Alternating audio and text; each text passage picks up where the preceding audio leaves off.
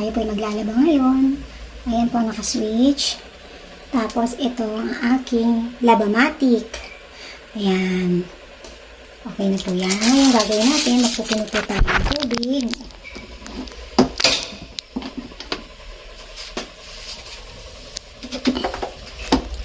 Ayan. Nanilang po natin ang tubig yan.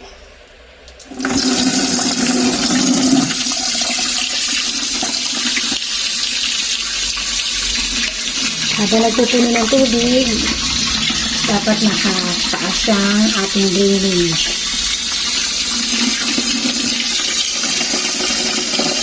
Ayan po sa kalat.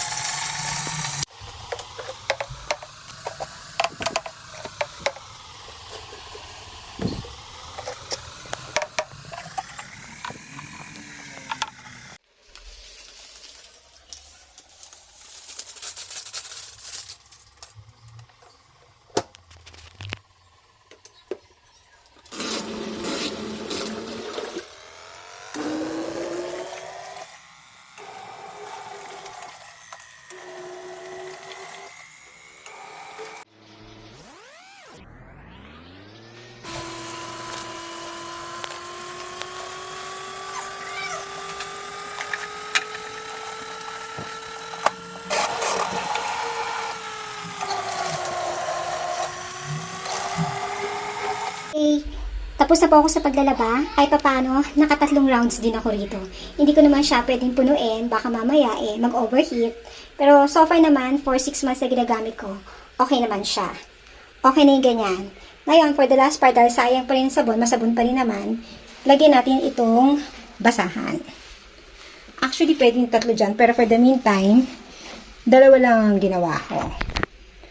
Okay, paanda rin ulit natin. Last na yan. Yan. Yan. Basahan na yan. Huling-huli.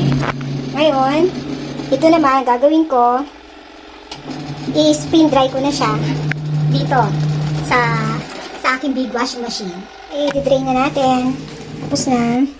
Yan. Syempre, lagyan natin ang switch. Pag drain yan, ito lang siya.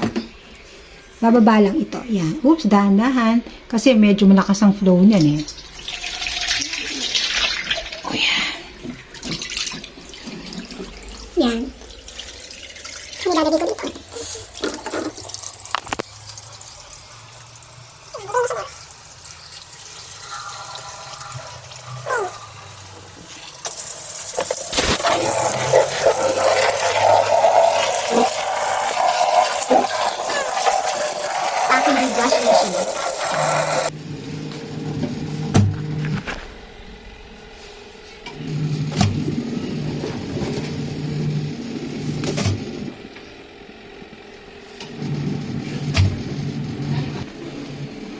Okay, last na to. Lalagay natin siya rito.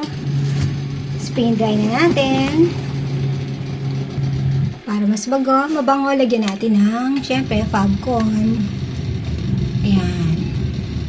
Optional naman kung gusto nyong wala eh. Pero syempre, mas gusto natin may Fabcon. Sayang naman, diba?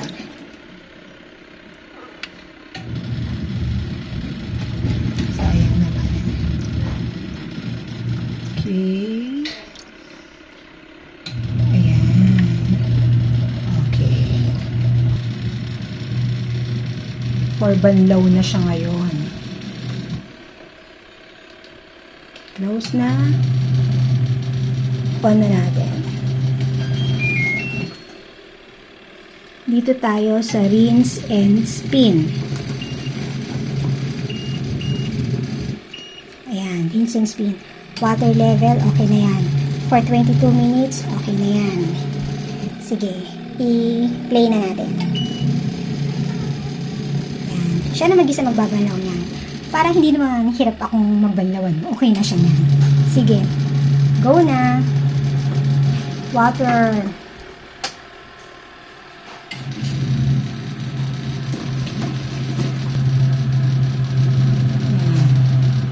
I-dry niya na muna yan.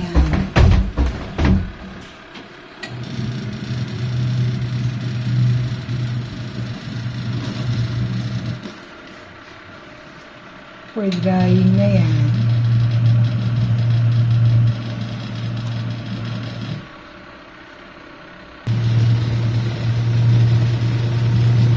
Super bilis na niya.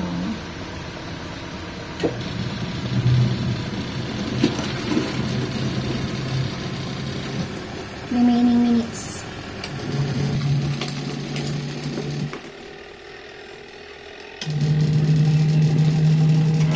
Minutes remaining. Okay. Ayan na. Babanlawan niya na. Una, spin dry, and then, ayan, babanlawan na siya na. Pupunuin niya muna yan.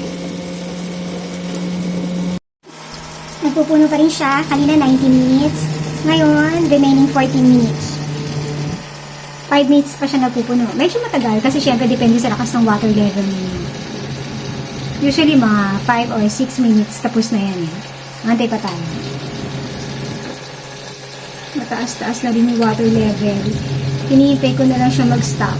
Then, iikot na siya. Ayan na. Ayan. Siya din ganyan. May 2 minutes, 40 minutes.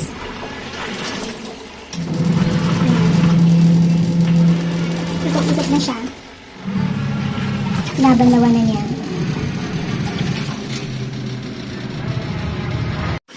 Okay. Nag-drain na siya. Remaining minutes, 8 minutes. Yan. Fully drain na. Then, spin dry.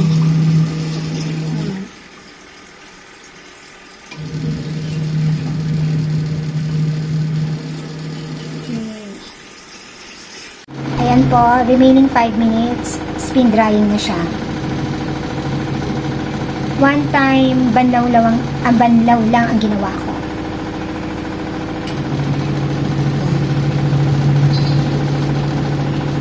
Nasa inyo yan, option nyo yan kung gusto nyo twice unrinse, 3 times, nasa inyo yun. Yung nga lang, medyo matagal kasi nagiging almost 1.5 hour yun. At ito, for 22 minutes, matagal din naman siya nag-spin kanina. Ayan, for drying na yan. Hanggang mag-zero na to.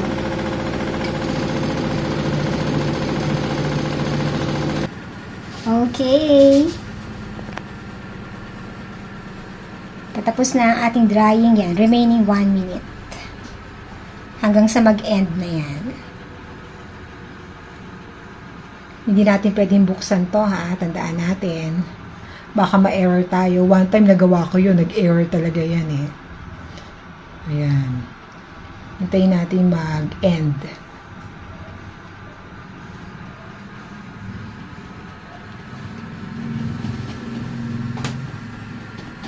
There. Whirlpool.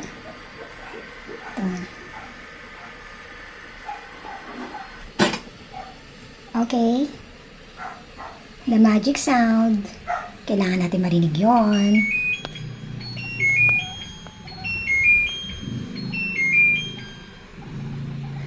Okay, open na natin. Yan. Actually, 80% dry na siya. Talagang dry. Mabango. Okay naman. Okay guys ha. Magsasampay na ako. Thanks.